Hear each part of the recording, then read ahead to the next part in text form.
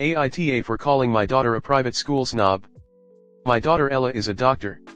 She works very hard and is very talented. She's spent most of her life with her mother but took up a position at a hospital near me, and so moved in with me. She doesn't own a car at the moment, but I've insured her to drive mine so she can use it to get to work. Ella worked a lot of continuous 12-hour shifts, and finally got a day off today. She's pretty exhausted, but had an errand to run. She ordered a new pair of designer trainers, but neither of us were at home when they arrived, so they were left at a delivery center nearby for her to collect. There is a bus stop about 5 minutes walk from my place, and the bus stops right outside the delivery center. It's about a 20-minute journey.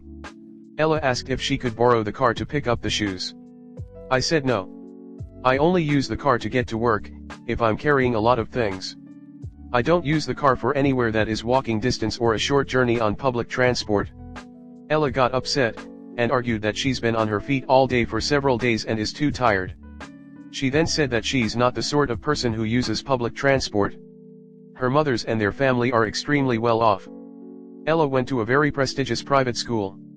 Unfortunately, they also have certain attitudes towards people not as fortunate, one of which is that public transport is used by unsuccessful people. When she said about not being the sort of person who uses it, I said that she needs to get that snobby private school attitude out of her head if she wants to get anywhere in life. She swore at me and stormed off, but did end up going on the bus to get the shoes. While she was gone, Ella's mother called me, shouting at me for making our daughter's life difficult and accusing me of trying to hold her back, etc. She said I should show that I care, that she's worked so hard at the hospital. I accept that I shouldn't have said the private school comment, but Ella isn't so tired she can't brave a 5-minute walk to the bus stop. I don't want her to be reliant on the car when there are other ways to get where she needs to go. AITA. Comment. Her for the not the sort of person who uses public transport comment, and you for not allowing her to take the car after a 12-hour shift. Is it an environmental thing, or a cost thing with you? Is it a power thing when you see your child, who doesn't have a car, speak badly and look down on other people who don't own cars, so you revoke their permission to use your vehicle in an attempt to curb that sort of classism? Op never said she spoke badly or looks down on public transit. She said she's not a transit person either. I grew up poor and still comparably am still poor and will likely remain that way. I am terrified of public transit due to some incidents, and I just say I'm not a transit person in order to not have to explain myself. Some of y'all are way too emotional about a tired woman not wanting to take public transit. Kinda weird. One can be exhausted from a 12-hour shift, and still be fine to drive a car. If you've been on your feet all day, how would you like to be standing up on a bus for 20 minutes when you know you could have just driven there and back in 5? Or you're mentally drained from dealing with patients and colleagues and now have to still be mentally switched on to interact with members of the public on the bus, more so if you randomly get accosted, when you know you could have just driven there and back in peace. We're talking about different kinds of tired though. If I worked a 12-hour shift, I'm not tired in the sense of I'm going to fall asleep, but in a if I have to stand for one more minute my feet will fall off, and I'm fine with that kind of way. Falling asleep while is only partly impacted by exhaustion. People who aren't exhausted fall asleep while driving due to the monotony, the time of day, etc.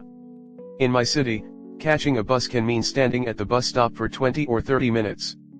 I'm not saying driving tired is a good idea, but after that long working I sure as shit wouldn't want to deal with the bus. May I ask why hospitals put doctors through such terrible hours? Is it a staffing issue? Is it so doctors can complete their residencies faster? Since I know doctors have to do residencies for 2 or 3 years, right? And it might be counted by the hours accumulated rather than the days spent.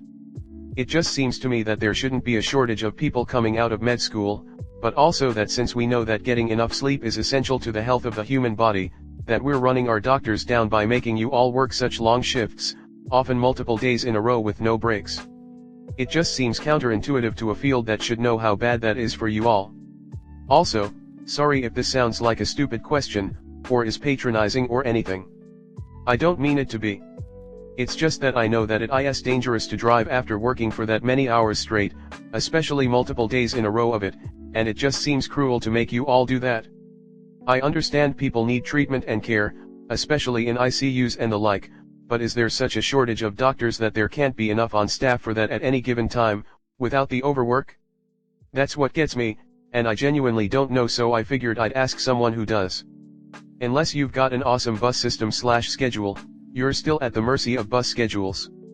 I'm pretty fond of our public transit, but using it to get to town adds an extra hour to an otherwise 40 minutes round trip. Her attitude is snotty, but the assumption that you can step out your door and onto a bus the same way you can use a car isn't valid. I think she's only the offer that if you know the whole story. But I'm not entitled at all. I grew up in a simple house, simple family. I used public transports my whole life until I got my own car. And yes, today I'm not the sort of person who uses public transport, I just hate it so much. I use it whenever is needed and if I'm traveling, but I would always pick my car, or ask my parents in this case, if it's much easier that way. My parents would never tell me to take public transports if there's another way. Also, I'd definitely walk 1 or 2 hours before taking the bus. Next story 2. AITA for not caring and refusing to help depressed half-sister after our father's death. I have 2 sisters and we were born from our father's first marriage. Unfortunately, our mother passed away when we were young, so our father was left all alone to take care of us, and I admit it must have been difficult to do so. I mean, we were teenagers at that time. Our father was an immigrant from Italy and saw the horrors of war firsthand, but was always a good father and also a decent man. He married his second wife, the stepmother, and they stayed together until his death. Bear in mind the stepmother was the same age as us, and so the relationship between was always strained. Stepmother got pregnant and at that time concerns were raised because of their advanced age. Unfortunately, our father passed away 15 years ago. My sisters and I were in our 50s, half-sister was only 12. She's now 27. I should mention that half-sister was absolutely the apple of our father's eye. When he passed, I made it very clear that I didn't want anything to do with the stepmother and half-sister anymore, that all the ties were gone, and so we were no contact for a couple years even though we lived in the same street. Stepmother took my half-sister out of school after his death, purposely ruining her daughter's life. I know that my half-sister did not have the normal experience of growing up. She also lost her friends, she missed out on the experiences, and I always knew it would come to this because stepmother is a terrible person. I recognize that I did have the privilege of keeping a normal life after a parent's death, and while it is a shame that half-sister hasn't had the same chance, I choose not to intervene. Fast forward a couple years, found out my half-sister got severe depression, hasn't finished her studies and is practically a doormat. Our father left each daughter a share in his estate, but half-sister was very irresponsible with hers. She tried to reach out to my sisters and I, saying her psychiatrist told her she needed a support group, and said she's alone and can't count on anyone else. She's going through a difficult time and wants to cut ties with her mother/our stepmother. She says she desperately needs someone. We tried to explain to her that a lot of time has passed, there's no bridge between us and our father's already dead.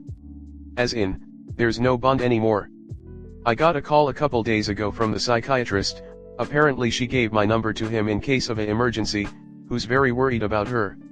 To put it bluntly, I told him to forget my number, to never contact me again, and made it clear that I don't want anything to do with the stepmother and half-sister. I also told him I will never forgive my half-sister for what she did to our father, destroying his legacy. AITA. Comment. This girl has suffered pretty much her whole life and didn't ask to be born. Yet, you blame her for being born anyway. You're probably right though to not be supportive of her because you're not what she needs. Not at all. Strangers on the street would probably be kinder. For real, Op is well into adulthood by the time half-sis if born. Op is acting very childish for blaming a child because dad made a new life for himself. Sad honestly. I hope your half-sister finds someone to help her out. Op, you my friend kinda suck.